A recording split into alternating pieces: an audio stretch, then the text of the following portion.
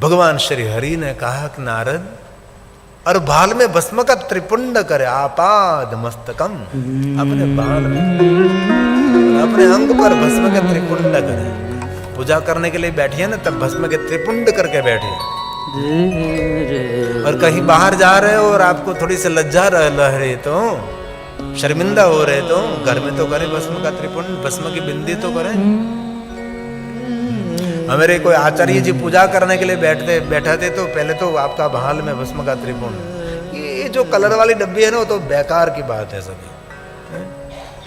सब विचार और दिमाग को बहुत डिस्टर्ब कर देते हैं, ये कभी नहीं करना चाहिए।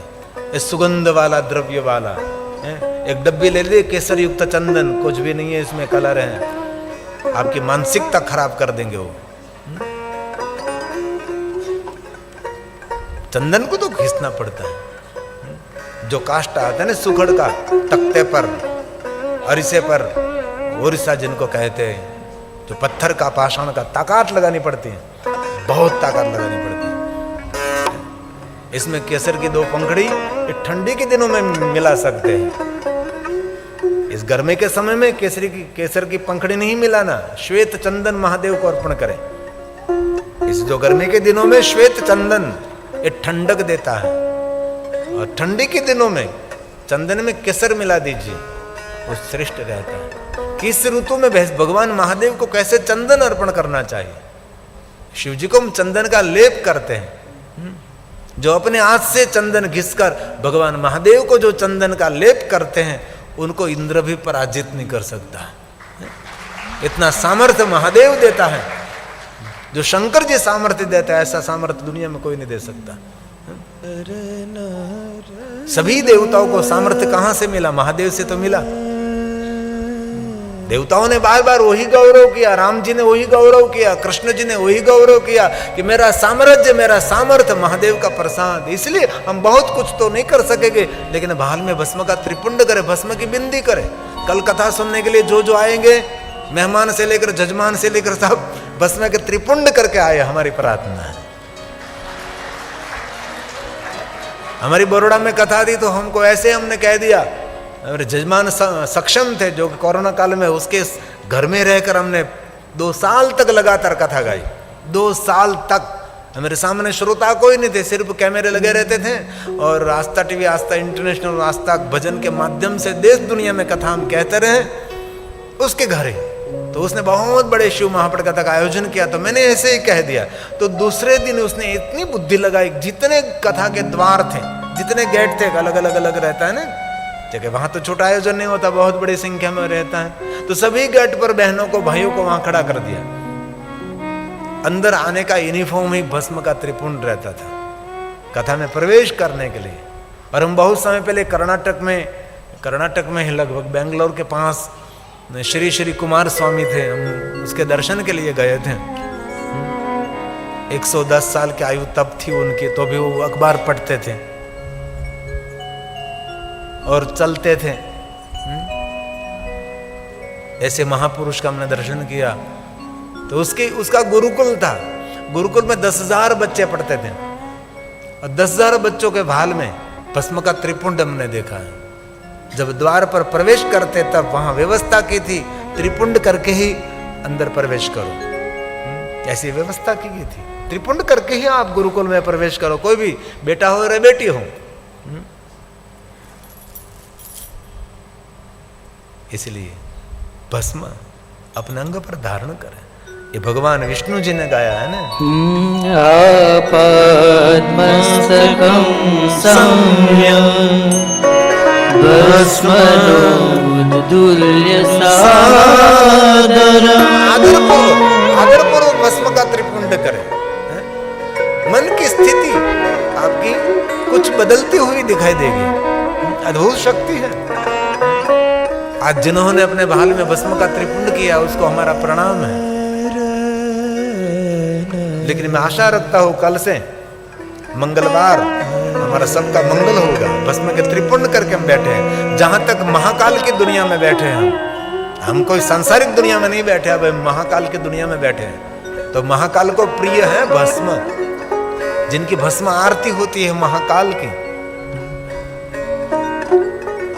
और ऐसी एक भेग सुनी बनी बनाई सुनी सुनाई कथा है कि पहले तो मुर्दी की भस्म महादेव को अर्पण करते थे, और एक दिन कोई मृत्यु नहीं हुई तो ताजी ताजी भस्म न मिली तो पुजारी ने अपने बेटे को अग्नि संस्कार और करके भस्म चढ़ा दी। तब से शंकर जी ने मना कर दिया कि नहीं, अभी कोई शमशान की भस्म नहीं चढ़ती, और पहले भी नहीं चढ़ाई गई थी, अभी भी नहीं, और आने वाले समय में भी नहीं, गलत।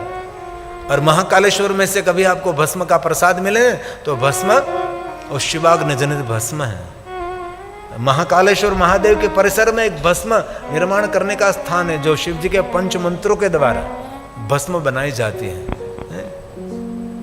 कपिला गाय के उबले से और अलग अलग काष्ठों से विधिवत भस्म वहां निर्माण की जाती है। शिव जी जो भस्म बनाने के लिए शिव जी जो प्रधान 5 हैं, अघोर से लेकर सद्योजात के लिए ईशान से लेकर तत्पुरुषाय से, सभी मंत्र को बोलकर भगवान महादेव के लिए शिवाग्नि जनित भस्म जिनको कहते हैं, वेदाग्नि जनित भस्म, देवाग्नि जनित भस्म, भस्म के तो बहुत सारे प्रकार हैं। शिव जी को भस्म प्रिय है तो महाकाल को भस्म का अभिषेक कहते हैं, महाकालेश्वर महादेव को भस्म स्नान किया जाता है। सुबह सुबह में भगवान शंकर जी की भस्म आरती रहती है। और ये बात आप सभी जानते हैं कि महादेव की पूजा सामग्री में सब कुछ है, लेकिन भस्म नहीं है तो पूजा की सामग्री अधूरी है। भस्म से महादेव की पूजा की सामग्री पूर्ण हो जाती है।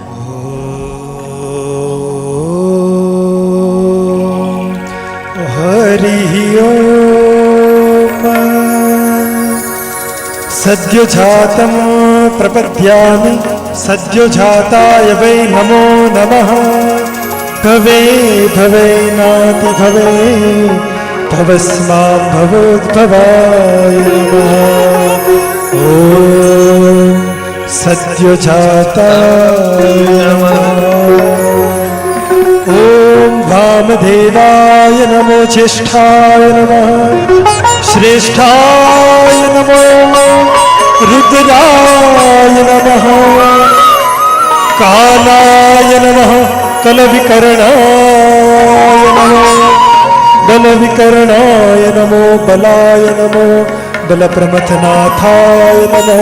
सर्वभूतदमनाय नमो मनोन्मनाय नमः। ॐ वामदेवाय नमः। अघोरेभ्योऽथ घोरेभ्यो घोर घोरतरेभ्यः सर्वेभ्यः सर्वेभ्यो नमस्ते रुद्ररूपेभ्यः। ॐ अघोराय नमः। तत्पुरुषाय विद्महे